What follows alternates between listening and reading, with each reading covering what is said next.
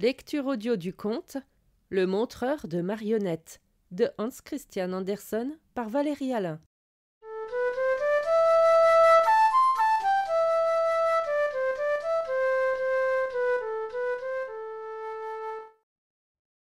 Il y avait sur le vapeur un homme vieillot, à la figure si épanouie que, si elle ne mentait pas, il devait être l'homme le plus heureux de la terre.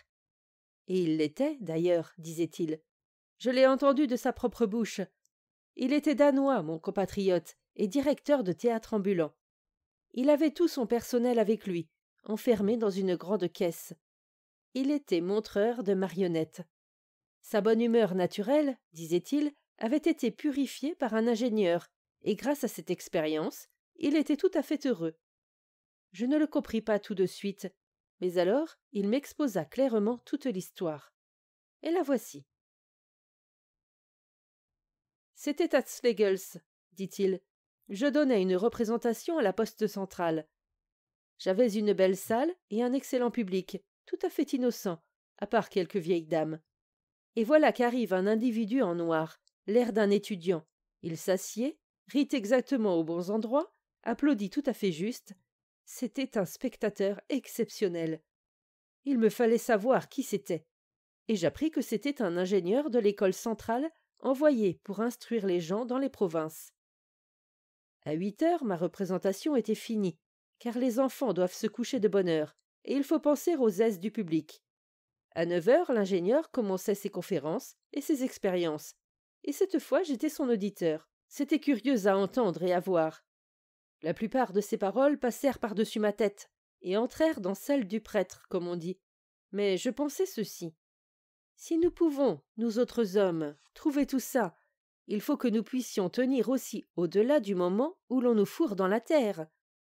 Ce n'était que de petits miracles qu'il faisait, mais tout allait comme un gant, c'était tout naturel. Au temps de Moïse et des prophètes, un pareil ingénieur aurait été un des sages du pays, et au Moyen-Âge, on l'aurait brûlé. Je ne dormis pas de toute la nuit, et lorsque le soir suivant je donnai une représentation et que l'ingénieur fut là de nouveau, je me sentis bien en train. J'ai entendu dire par un acteur que dans les rôles d'amoureux, il ne pensait qu'à une seule spectatrice. C'était pour elle qu'il jouait, et il oubliait tout le reste du public. L'ingénieur fut mon elle, mon unique spectatrice pour qui je jouais. Lorsque la représentation fut finie, toutes les marionnettes furent rappelées, et je fus invité par l'ingénieur à prendre un verre de vin. Il parla de ma comédie, et je parlais de sa science, et je crois que nous eûmes un égal plaisir de part et d'autre, mais je conservai tout de même la parole, parce qu'il y avait dans la sienne bien des choses dont il ne pouvait pas lui-même rendre compte. Par exemple, le fait qu'un morceau de fer qui tombe au travers d'une spirale devient magnétique. Voyons, qu'est-ce que c'est que ça? L'esprit descend sur lui, mais d'où cela vient-il? C'est comme pour ces gens du monde, je pense. Notre Seigneur les fait dégringoler à travers la spirale du temps, et l'esprit descend sur eux. Et voilà que se trouve un Napoléon, un Luther ou quelqu'un du même genre. Le monde entier est une série de merveilles, dit l'ingénieur, mais nous y sommes tellement habitués que nous les trouvons banales. Et il parla, et il expliqua. Finalement, ce fut comme s'il me soulevait le couvercle du cerveau, et j'avouai franchement que si je n'étais pas déjà vieux, j'irais tout de suite à l'école centrale pour apprendre à examiner le monde sur toutes les coutures, et cela, bien que je fusse un des hommes les plus heureux. Un des plus heureux, dit-il, et il avait l'air de savourer cela. Vous êtes heureux? demanda-t-il. Oui, dis-je, je suis heureux, et je suis bienvenu dans toutes les villes où j'arrive avec ma troupe. Il y a bien un désir qui parfois tombe sur moi comme un X, comme un cauchemar qui trouble ma bonne humeur. C'est de devenir directeur de théâtre avec une troupe vivante, une vraie compagnie d'hommes et de femmes. Vous voudriez que vos marionnettes soient animées? Vous voudriez les voir devenir de vrais acteurs? Dit-il. Et vous-même en être le directeur? Alors vous seriez complètement heureux, croyez-vous? Lui ne le croyait pas, mais je le croyais, et nous discutions le pour et le contre, et chacun restait sur ses positions. Nous choquions nos verres, et le verre était très bon, mais il y avait de la magie en lui, car toute l'histoire est que je fus gris. Non, ce n'était pas ça. Je voyais clair. Il y avait comme du soleil dans la salle.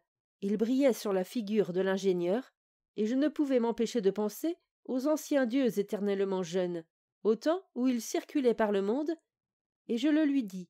Et il sourit, et j'aurais pu jurer qu'il était un dieu déguisé ou quelqu'un de la famille. Et il l'était. Mon plus grand désir allait être réalisé. Les marionnettes seraient vivantes, et moi directeur d'hommes et de femmes. Nous bûmes à cela. Il rangea toutes mes poupées dans la caisse de bois, me l'attacha sur l'épaule, et me fit tomber à travers une spirale. J'entends encore comme je tombais lourdement. J'étais par terre, c'est sûr et c'est vrai, et toute la troupe bondit hors de la caisse. L'esprit leur était venu à tous. Les marionnettes étaient devenues de parfaits acteurs. Elles-mêmes le disaient, et j'étais directeur. Tout était en état pour la première représentation. Toute la troupe voulait me parler, et le public aussi. La danseuse dit que si elle ne se tenait pas sur une jambe, la maison tomberait. Elle était le maître de tout le groupe, et voulait être traitée en conséquence. La poupée qui jouait l'impératrice voulait être traitée en impératrice aussi en dehors de la scène, sans quoi elle perdrait l'entraînement. Celui dont on se servait pour apporter une lettre faisait l'important autant que le grand amoureux, car les petits comme les grands concourent également à un ensemble artistique, disait-il. Et le héros exigeait que toutes ces répliques fussent des répliques de sortie, car celles-là étaient applaudies. La princesse ne voulait jouer que dans une lumière rouge, parce que cela lui allait bien. Elle ne voulait pas être en bleu. On aurait dit des mouches en bouteille, et j'étais au milieu de la bouteille, j'étais directeur.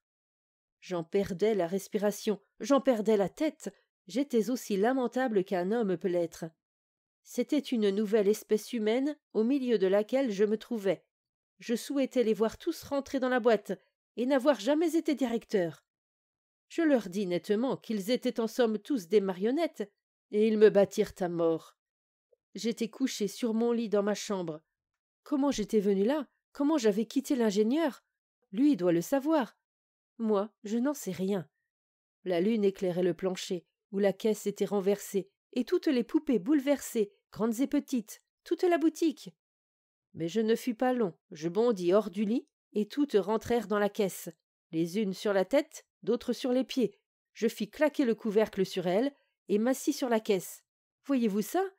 Moi, je le vois. Vous allez rester là maintenant, dis-je, et jamais plus je ne souhaiterais que vous soyez sang et chair. Comme j'étais content. J'étais l'homme le plus heureux. L'ingénieur m'avait purifié. J'étais dans la béatitude, et je m'endormis sur la caisse. Et le matin, ce fut à midi, je dois dire, car je dormis étonnamment tard ce matin-là. J'étais encore assis là, heureux d'avoir appris que mon unique désir d'autrefois avait été une bêtise. Je m'informais de l'ingénieur, mais il avait disparu, tout comme les dieux grecs et romains. Et depuis ce temps-là, j'ai été l'homme le plus heureux.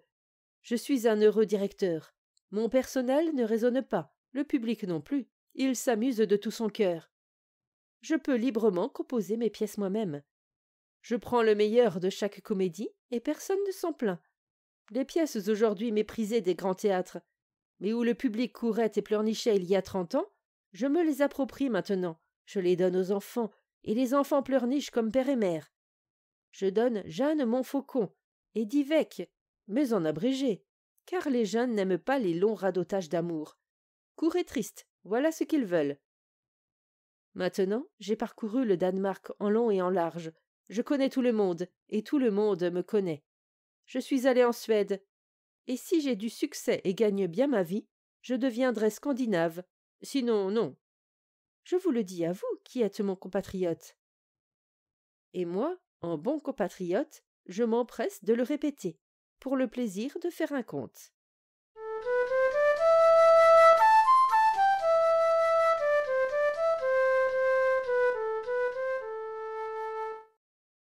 Fin de la lecture du conte Le montreur de marionnettes. Merci de votre écoute, je vous rends vos oreilles, cœur avec les doigts,